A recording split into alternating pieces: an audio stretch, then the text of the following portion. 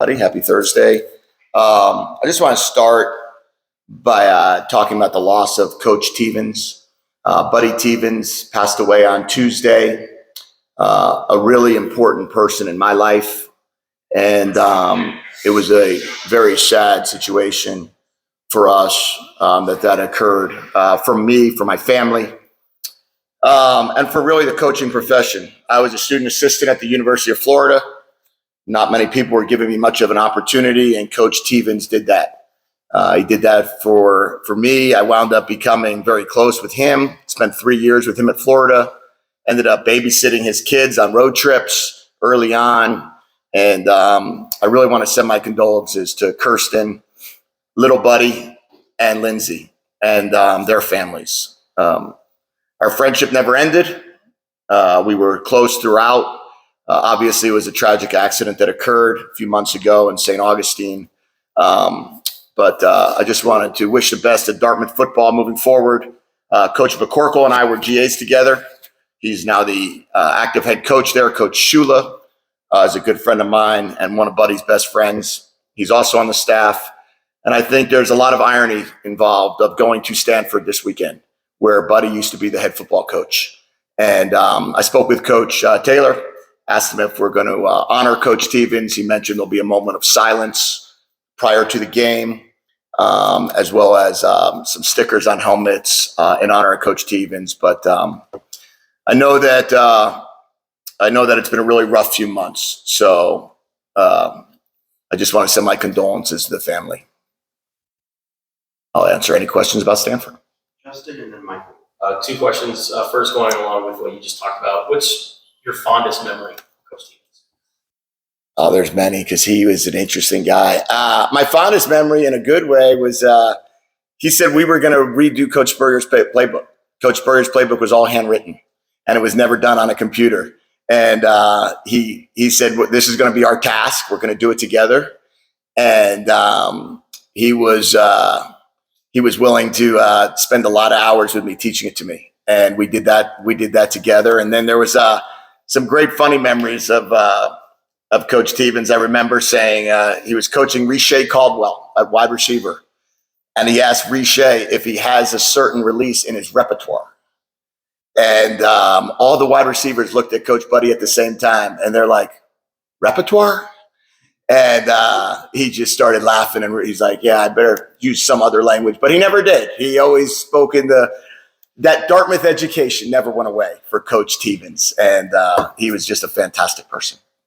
Then earlier this week, Deion Sanders is trademarking, or trying to trademark, "It's Personal." Obviously, that's a slogan that you guys have. What's your reaction?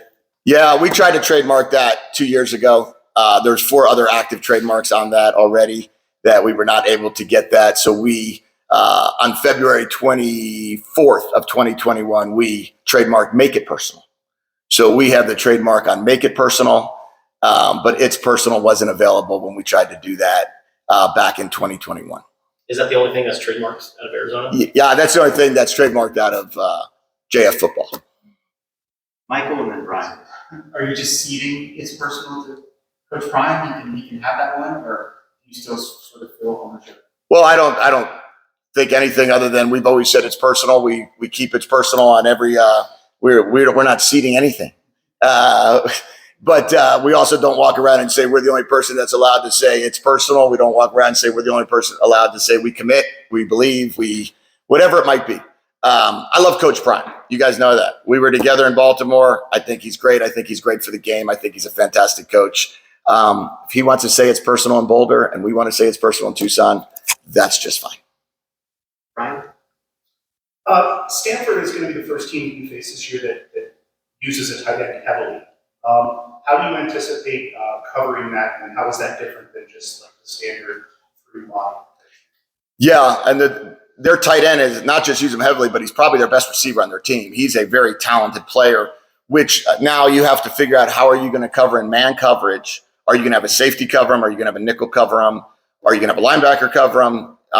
You got to be able to give multiple looks to a team like that, where you have that really elite pass catching tight end that they want to feed the ball to. I think he has 13 catches this year so far, but I know that they want to feed him the ball more. then in your zone coverages, that's where tight ends can really hurt you in zone coverages, where they can just find those vacated areas in the middle of the field. I think a lot of us have always seen that. So we have to be very alert all week long. We've sent 3 different tight ends down there to give them all the different looks they could possibly get with our scout team.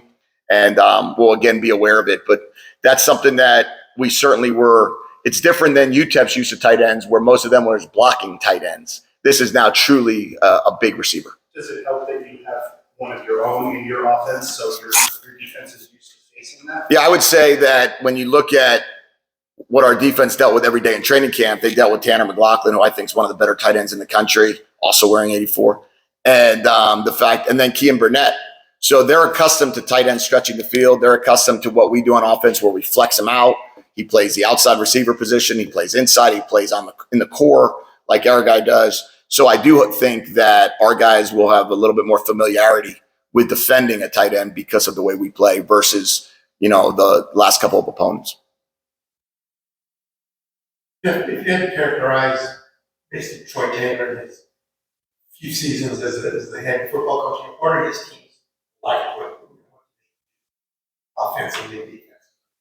Yeah, I don't have much experience with Coach Taylor. I know he was at Sac State. He's done a great job. He took a team made them 12-1 last year. They won 13 out of the last 14 or 15 games, 14 out of 15 games, whatever it might be. He certainly built a program.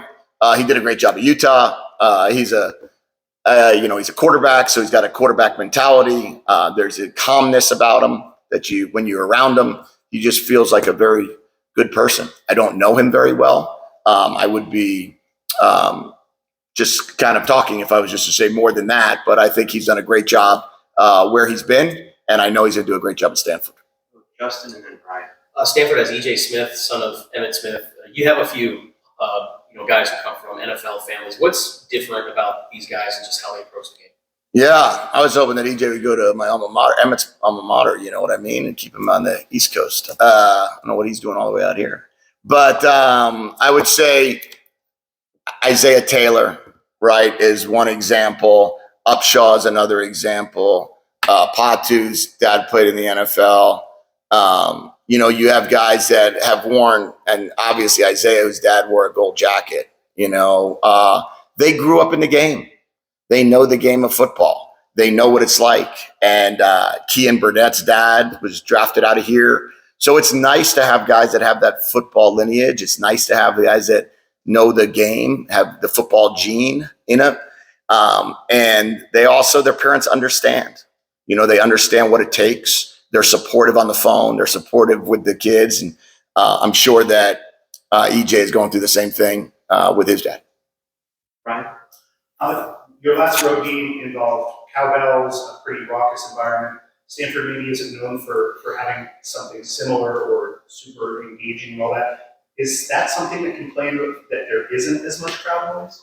Yeah, it's interesting that you say that. We've talked about with our team, you've got to create our own energy in this game, right? Our responsibility as a team is to show up there and create our own energy, not worry about or try to need the fans to not like you to get excited. We don't need the fans to boo you when you run out. We don't need our own fans to get us going like we would on a home game. This is up to us. The 74 players that we bring, the 30 staff members that we bring, those are the responsible people to get us to play a much better game than we did the last time we were in Northern California, where we did not bring our own energy. We did not play to the standard that we want to play in, and we've learned from that, I hope, and I've certainly emphasized it enough. Michael and then David. How come Roberto Miranda is not on the depth chart?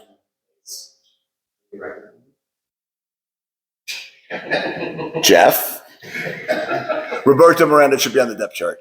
I think so Roberto Miranda is, where he really has helped us is his ability to be a great blocker, run blocker, pass protector.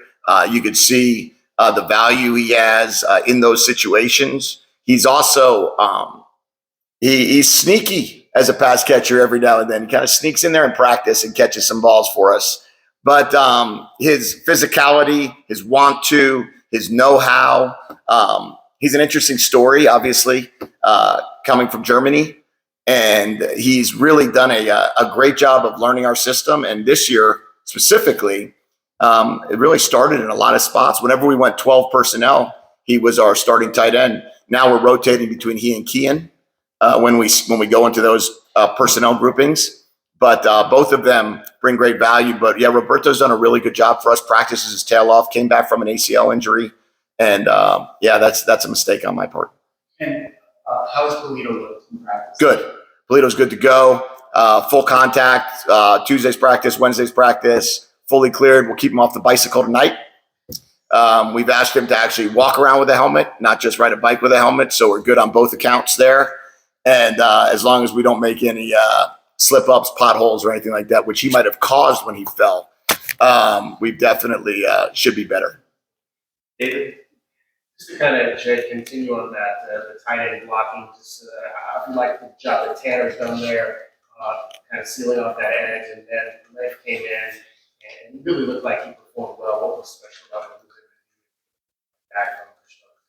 him? Leif at guard and Tanner at tight end. Well, last week we certainly saw a combination of a good group of run blocking, right? The combination of guys, they all work really well together. Tanner, for all the games that he's played, he's continued to grow in that role. And what, the NFL wants to know, right? Are you a willing blocker? That's the first question they ask all tight ends, right? That are known for their pass catching abilities. He's not only a willing blocker, he's worked extremely hard at becoming a good blocker, playing with good pad level, playing with better leverage, understanding the importance of being able to step with the right foot. One of the things that you get accustomed to when you're a tight end is you're constantly releasing out. You're always arc releasing. You're running seam routes often. You're running flat routes often. So you're always stepping with your outside foot. So what he's had to work on is with whenever we're running inside run game, he has to step with his inside foot. And some of those things are all training and practice, and he's done a really nice job there. When it comes down to Leif, after coming off of a little foot injury that happened that week leading up to NAU game, he did a really nice job of coming back into the fold. I think he might have had 20 or so plays in the game, and gives us that depth that we've been talking about. We all like to talk about the defensive line depth and the ability you have to rotate. But when you have offensive line depth that I think we have here that we haven't had here in a long time, when you have 8 or 9 guys at the 300-pound mark, 8 or 9 guys at that 6'4" plus mark, you have a chance to really be able to stay fresher, maybe get a few more guys in the rotation, and also be able to handle whatever obstacle goes your way. Last question to Justin. What exactly happened with Polito in his bike accident? I think he was trying to get up on a curb, and I think him and the bike didn't get along there for a second. And then when you look at the schedule beyond this week, how do you think this week can set you guys up? What's the message to the guys? We have to win this week. That's the message to the guys. We have to come back home 3-1, and we have to sell out this place when we get back home. And that's the message to the guys, and that's the only focus. I've heard the saying 1-0, go 1-0 this week. Okay, we have to go 1-0 this week. We have to come back with a win. We have to play our best football in Palo Alto on Saturday. We have to come back. We were playing a really good football team in our first Pac-12 game, and we've lost to them, I think, 6 times in a row.